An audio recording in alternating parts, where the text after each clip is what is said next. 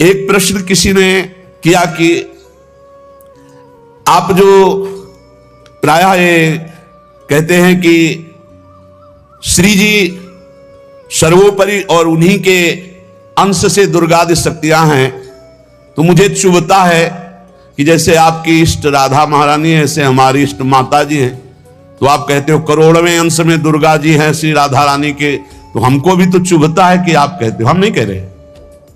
तस्मात् शास्त्रम प्रमाणन्ते कार्याकार्यो व्यवस्थितो। पहली बात तो हमारी श्री जी क्या है, जब हम श्री जी से चित्त जोड़ेंगे तब पता चलेगा। और दूसरी बात है कि जो शास्त्रों में लिखा है उसे, पद्म पुराण पातालखंड अध्याय 81, भगवान शिव कह रहे हैं, भगवान शंकर कैलाश में विराजमान है, देवर्षि नारद जी शनकादि बड़े बड़े महापुरुषों की सभा लगी हुई, उस सभा में कह रहे हैं, नारद जी को संबोधन करके भगवान शिव कह रहे हैं, हे नारद जी, ये जो श्री कृष्ण प्रिया राधा है, ये महाचैतन्य शक्ति स्वरूपा जितनी भी देवियां हैं, ये सब इनके अंश से प्रकट हुई है। ये अंतरंग विभूति हैं, इसीलिए इनको कोई जानता नहीं, अत्यंत गोपन तत्व है, इसीलिए इनका एक नाम गोपी है। श्री कृष्ण सदैव इनकी आराधना करते, इसलिए नाम इनका राधा है, और ये सदैव श्री कृष्ण की आराधना में रहती, इसलिए इनका एक नाम राधिका है। ये और श्री कृष्ण दो नहीं है, श्री कृष्ण में राधा है, राधा में श्री कृष्ण है। ये राधा परा देवता है। जितनी भी लक्ष्मी आदि शक्तियां सब इन्हीं के अंश से हैं। आपको भगवान का आह्लाद कहा गया है, आह्लाद, और जब मूर्तिमान ये हुई तो राधा कह गई, किशोरी जो कह गई। और तत्कला कोटि कोटि अंशा, भगवान शिव बोल रहे हैं, तत्कला कोटि कोटि अंशा दुर्गाद्यस त्रिगुणात्मिका। दुर्गा आदि जितनी त्रिगुणात्मिका दैवी शक्तियां हैं, ये इनके कला से करोड़वें अंश में प्रकट है। ये ही प्रकट है, पर करोड़वें अंश में प्रकट है। हम नहीं कह रहे, ये भगवान शिव कह रहे हैं। जो राधा कृपा कटाक्ष पढ़ते हैं वो पढ़ के देखे, आखिरी में भगवान शिव कह रहे हैं, क्रियेश्वरी मखेश्वरी स्वधेश्वरी त्रिवेद भारतीश्वरी प्रमाण शासनेश्वरी। हमारे यहां सुधा निधि में महाप्रभु हरिवंश चंद्र जी कह रहे हैं, प्रेमणा सन्मधुरोज्ज्वल हृदय संगार लीला कला वैचित्री परमावधि भगवता पूज्य विकापी सता ईशानी च सची महासुख तनु शक्ति स्वतंत्रा परा श्री वृंदावन नाथ पट्ट महिषी राधयु सेव्यामम। बोले तत्कला कोटि कोटि अंशा, कला उन्हीं की कला, राधा की ही कला, श्री किशोरी जी के ही अंश से करोड़ों अंश में सब शक्तियों का प्रादुर्भाव हुआ। श्री राधा अपने अंश से महालक्ष्मी रूप धारण करती है, तो भगवान श्री कृष्ण नारायण रूप धारण करते हैं। मुनि श्रेष्ठ, थोड़ा भी भेद नहीं है। ये श्री राधा दुर्गा रूप धारण करते हैं, तो श्री कृष्ण शिव रूप धारण करते हैं, रुद्र। जब श्री कृष्ण के अंश से इंद्र, तो श्री राधा किशोरी के अंश से सची इंद्राणी। जब श्री कृष्ण के अंश से ब्रह्मा, तो राधा किशोरी के अंश से सावित्री देवी। जब श्री कृष्ण के अंश से यमराज, तो उनकी पत्नी धूमोरणा के रूप में श्री राधा किशोरी। अधिक क्या कहूं, इन दोनों के सिवा किसी की सत्ता ही नहीं। यही सब चिद चिद लक्षणम सर्वम राधा कृष्णमयम जगत, चेतन अचेतन सारा संसार श्री राधा कृष्ण का स्वरूप है। नारद जी, मैं इन विभूतियों का क्या वर्णन करूं? अगर 100 करोड़ वर्ष तक राधा की महिमा वर्णन करूं तो भी नहीं कर सकता। भगवान शिव कुछ ऐसे भावुक जन है कि वो कहते हैं कि आप भगवान शंकर को श्री कृष्ण से छोटा कहते हैं, वो हमारे आराध्य देव, हमको चुभता है। देखो, जब तत्व की चर्चा होगी तो एक है, और जब लीला की चर्चा होगी तो वही एक विविध लीलाएं करता है, वही एक विविध लीलाएं करता है। रास में भगवान शंकर आए, अगर थोड़ा भी शास्त्र को पढ़े हो तो पढ़ के देख लेना। गोपी रूप धारण किया, रास में प्रवेश पाया, श्री कृष्ण चरण वंदना, किशोरी जी की चरण वंदना, और फिर गोपी रूप धारण करके रास में प्रवेश। अच्छा, कोई भी ये कैसे नकार सकता है कि भगवान शंकर की जटाओं में गंगा जी हैं और वो गंगा जी क्या है, क्या आप नहीं जानते हो? गंगा तरंग रमणीय जो जटा कलापम गौरी विभूषित वाम भागम, भगवान शिव के लिए आता है। तो जो जटा कटा संभ्रमम भ्रमण नीलम पर निर्झरी जो विराजमान है गंगा जी, वो कौन है? गांगम वारि मनोहारि मुरारी चरणच्युतम त्रिपुरारि शिरश्चारी पापापहारी पुनात्मा। देखो भाई, तत्व एक है, पर लीला में जब प्रारंभ होगा तो लीला में छुटाई बड़ाई हंसी मजाक, वो उनकी आराधना, उनकी आराधना। तत्व एक है। अभी आप यहां सुन रहे हो कि जब श्री कृष्ण शिव रूप धारण करते हैं तो राधा किशोरी दुर्गा रूप धारण करती, यही है, कोई और थोड़ी है। पर जब लीला की बात आती तो वही भगवान शंकर गोपी रूप, आज भी भगवान गोपेश्वर का श्रृंगार होता है गोपी रूप में। शाम टाइम जल नहीं चढ़ता, नथुनी बाला और सब चुनरी धारण करके भगवान शिव गोपीश्वर के रूप में विराजते हैं। भगवान शंकर गंगा जी को नेत्रों से भी रोक सकते थे, लेकिन जटाओं में धारण किया कि श्री कृष्ण का चरणामृत है, वामन भगवान का चरणामृत है, वामन के रूप में श्री कृष्ण ही है। प्राणाधिक प्रियतमा सर्वाभ्याः सुंदरी परा सर्वयुक्ता च सौभाग्य भाग्नि गौरवान्विता।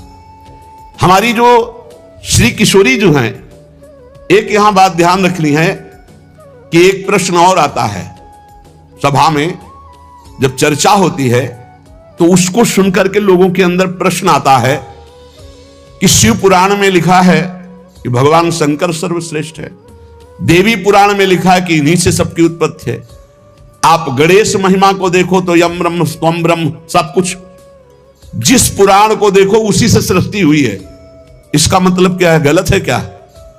जब तुम शिव पुराण पढ़ोगे तो शिव तत्व से ही सबकी उत्पत्ति है, सब कुछ शिव तत्व है। पढ़े हैं, जैसे आप कहा भगवान शंकर ने चिद चिद लक्षणम सर्वम राधा कृष्णमयम जगत, ऐसे कहा गया है हे भगवती हे भगवान, आपसे ही सृष्टि प्रकट है शिव पुराण में, क्योंकि जितनी माताएं वो सब भगवती हैं और जितने पुरुष हैं वो सब हे भगवान शिव आपका ही स्वरूप है। चराचर जगत शिव और पार्वतीमय है। भगवान का ऐसा लिंग प्रकट हुआ शिव जी का कि 100 कल्प तक ब्रह्मा जी उतरते चढ़ते रहे, पार न पाया। फिर भगवान विष्णु उसमें पढ़ना शिव पुराण में, तो पढ़ करके बात कर रहे, आर पार नहीं पाया। भगवान शिव से ही नारायण का प्रादुर्भाव होता है, भगवान का प्रादुर्भाव होता है, भगवान शिव से ही ब्रह्मा का प्रादुर्भाव होता है। जब देवी भागवत पढ़ो तो सब कुछ देवी जी से प्रकट हुआ, तो क्या झूठा है क्या? पुराण कोई झूठे हैं क्या? तो अगर उनसे प्रकट हुआ तो इनसे कैसे? भागवत पढ़ करके देखो तो श्री हरि से नाभि कमल से ब्रह्मा, ब्रह्मा की भ्रकुट से शंकर, रुद्र का अवतार। उधर पढ़ करके देखो तो उन भगवान शिव से ब्रह्मा और श्री हरि प्रकट होते हैं।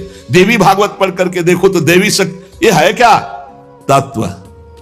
तत्व एक है, वही परमात्मा है। वही जब शिव पुराण पढ़ोगे तो सब कुछ शिव की, जब भागवत पुराण पढ़ोगे तो सब कुछ श्री हरि का, और जब देवी भागवत पढ़ोगे तो सब कुछ वही। देवी प्रपन्नार्थ हरे प्रसीद प्रसीद मातर जगतो खिलस्य प्रसीद विश्वेश्वरी पाहे विश्वम त्वमीश्वरी देवी चराचरस्य। हे देवी, तुम ही चराचर में व्याप्त हो, तुम ईश्वरी हो, तुम सर्वशक्तिमान हो, तुमसे बढ़कर कोई नहीं। क्या समझते हो? जो जहां है वही परम तत्व है और वो वही सब कुछ है। इधर से हम देखेंगे तो कृष्णाकार, उधर से देखोगे तो शिवाकार, उधर से देखोगे तो दुर्गा में, उधर से देखोगे काली में। जो बोलो वही परम तत्व है। पर जब हम लीला का गायन करते हैं तो लीला में विभाग हो जाता है। वही एक परमात्मा, वेद कहता है एकोहम बहुश्यामा, मैं एक बहुत रूपों में हो जाऊं। अब वही परमात्मा शासक बन गया, वही शासित हो गया, वही धर्मात्मा बन गया। उसी के छाती से धर्म प्रकट हुआ, उसी के पीठ से अधर्म प्रकट हुआ। अधर्म करने वाला दंडनीय हो गया, धर्म करने वाला बंदनीय हो गया। लेकिन दंडनीय और बंदनीय में दोनों में एक तत्व विराजमान है, तत्व में अंतर नहीं। ये जो समझते नहीं ना, लीला को समझते नहीं है और तत्व को समझते नहीं, तो ये झगड़ा करने लगते हैं कि शिव को छोटा कैसे कह दिया। पूछो शिव जी से जाके, अरे उनको देखो तो रात दिन भगवत श्री हरि चर्चा करते रहते, और हरि को देखो, उनसे पूछो जाके कि तुम्हारे आराध्य देव कौन है, बोले कि शंकर। हरि से पूछो कि तुम्हारा गुरु कौन, बोले शंकर। और शंकर जी से पूछो तुम्हारा आराध्य देव को, बोले हरि। और हम आपस में लाठी चलाएं। अरे वो एक है, वो एक है, वो अनेक है। अनेक होते हुए भी एक है, एक होते हुए भी अनेक है। इस बात को समझो।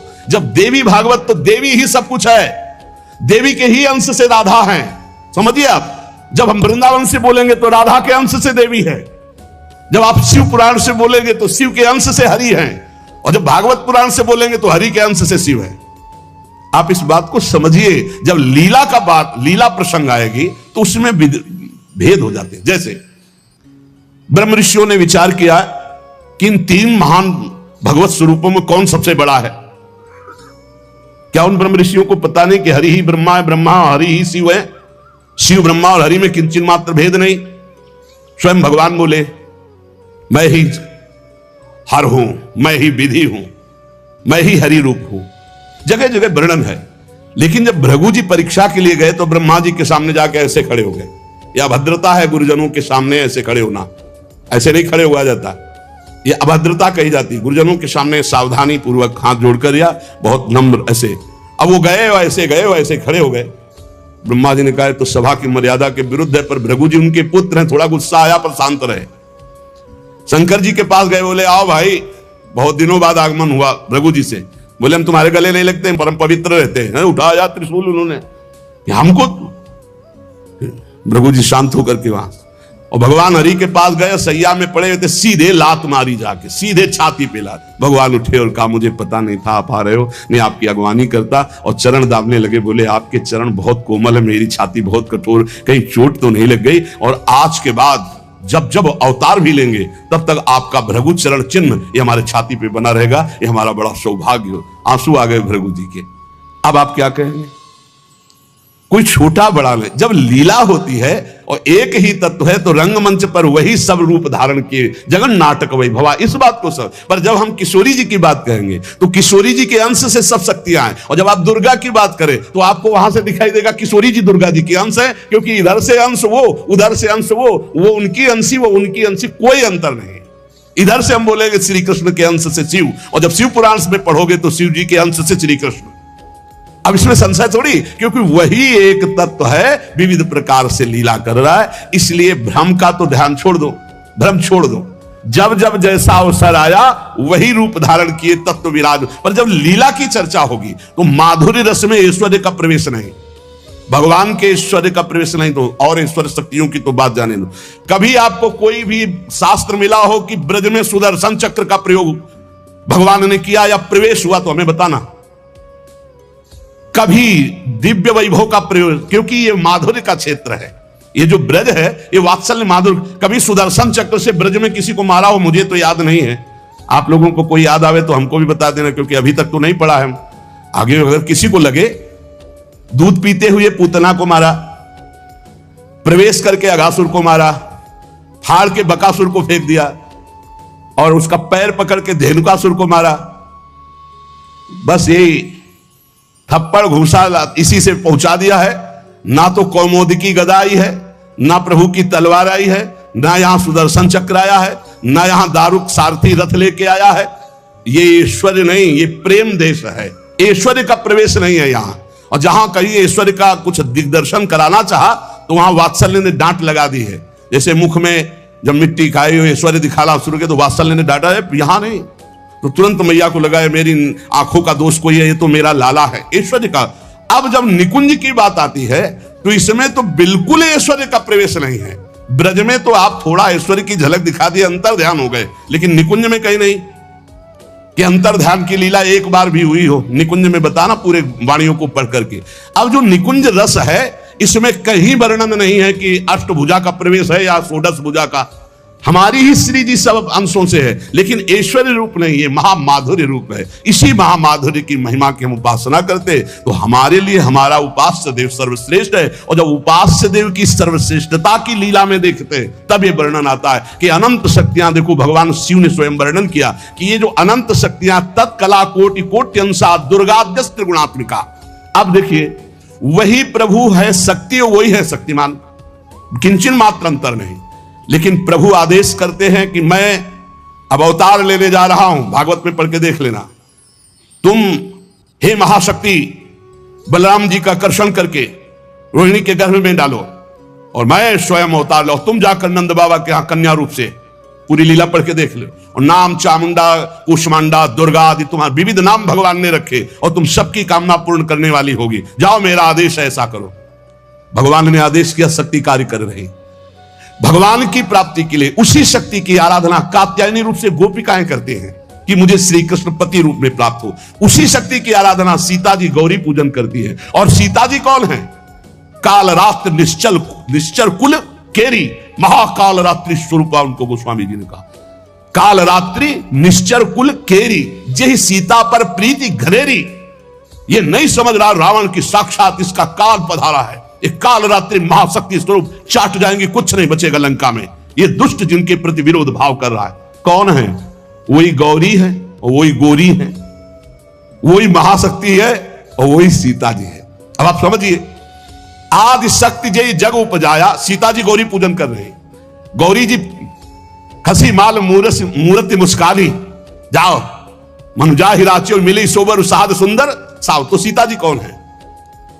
मनुष्य रूपा को भगवान राम कह रहे। आदि शक्ति जय जग उपजाया, सो अवतरी मोर यह माया।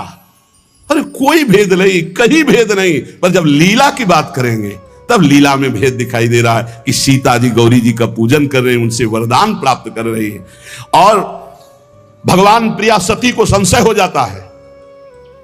लीला भेद देखो कि ये राम जी कैसे सच्चिदानंद में, जब हे खग हे मृग हे मधुकर्षणी, पूरा प्रसंग पढ़ करके देखो आप। और है कौन? या देवी सर्वभूतेषु बुद्धि रूपेण संस्थिता। जब लीला में देखोगे तो तत्व की बात भूलना पड़ेगा, तभी स्वाद आएगा। और जब तत्व देखोगे तो शांत रस आएगा। ये दास्य वात्सल्य सख्य, ये रसों का स्वाद नहीं मिल पाएगा। उसमें एक ही तत्व है, तो समझ में आ रहा है वही तत्व है। जब लीला में देखोगे तो आपको वही तत्व परशुराम है, वही तत्व राम जी है। लेकिन राम जी के आगे परशुराम जी घुटने टेक कर जय जय जय रघुकुल केतु, भृगुपति गए तपहि बने हेतु। ये समझना होगा। ये जो आजकल के नए बच्चे ना, ये तर्क वितर्क शुरू कर देते हैं। लीला में तर्क वितर्क नहीं होता है, तत्व में एक ही वस्तु है।